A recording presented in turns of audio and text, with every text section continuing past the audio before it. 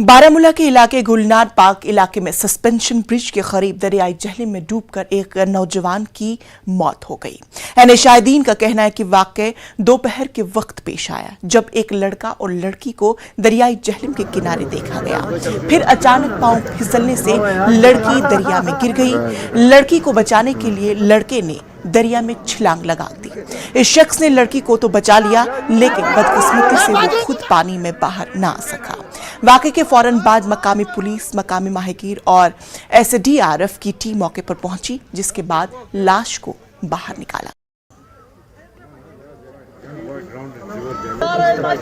पता कि उमन क्या गो पान वन क्या इन तुझ दोनवे वार दिसम अलबत् लड़के तम दिस बिचार वोट तो तम खज कोर दनिस थफस तथ सत गो लड़के पत पान तम अत गई लगभग ये ओड घंटे अहन मे करे पन किन बचान कोशिश मगर हेक बचा लड़कस कहें ना लड़कस नाव ना पता क्या।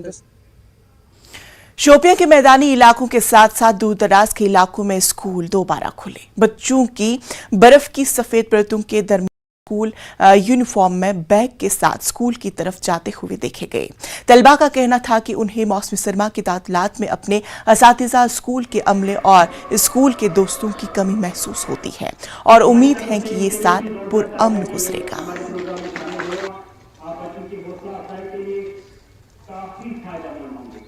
और एक रास्ता बनाने की कोशिश की जा रही है। ये जो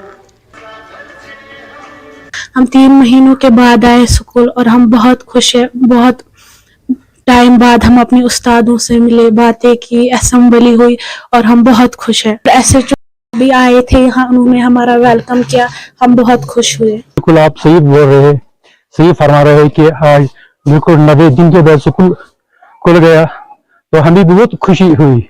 बच्चों को देखकर, उनका वलवलाना, उनका हौसला देखकर हम भी बहुत खुश हुए और हमारे उस्ताद साहिबान ने बहुत अच्छी तरीके से इनका वेलकम किया है। और खासकर मैं कहता हूँ कि SHO साहब उसने भी यहाँ आकर इनका हौसला अफजाई की और उनका बहुत अच्छी तरीके से वेलकम किया है। कहते हैं कि अगर माँ बाप के बाद किसी को सजदा करना हो तो वो है उस्ताद।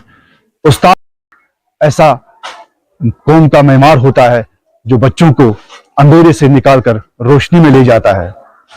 90 दिन के बाद आज स्कूल खुल रहे हैं और गवर्नमेंट स्कूल केलर जो कि काफी दूर उफ्तादा इलाका है, यहाँ पे आज इंतजाम किया गया था। बच्चों का वालाना इस्तकबाल किया यहाँ के उस्तादों के साथ साथ जो यहाँ के जम्मू कश्मीर पुलिस के SHO उन्होंने भी यहाँ पे आके बच्चों में मिठाई बांटी और उसके साथ साथ यहाँ पे पहले दिन से तैयारी चल रही है, क्योंकि आप देख सकते हैं कि यहाँ पे जो है बर्फ उठाई जा रही है। क्योंकि ये पहाड़ी एरिया है, यहाँ पे बहुत ज्यादा बर्फ यानी कि 3, 4 या 5 फीट बर्फ यहाँ पे पड़ती है और किस तरह यहाँ पे सफाई की जा रही है ताकि बच्चों को किसी तरह कोई दिक्कत ना हो।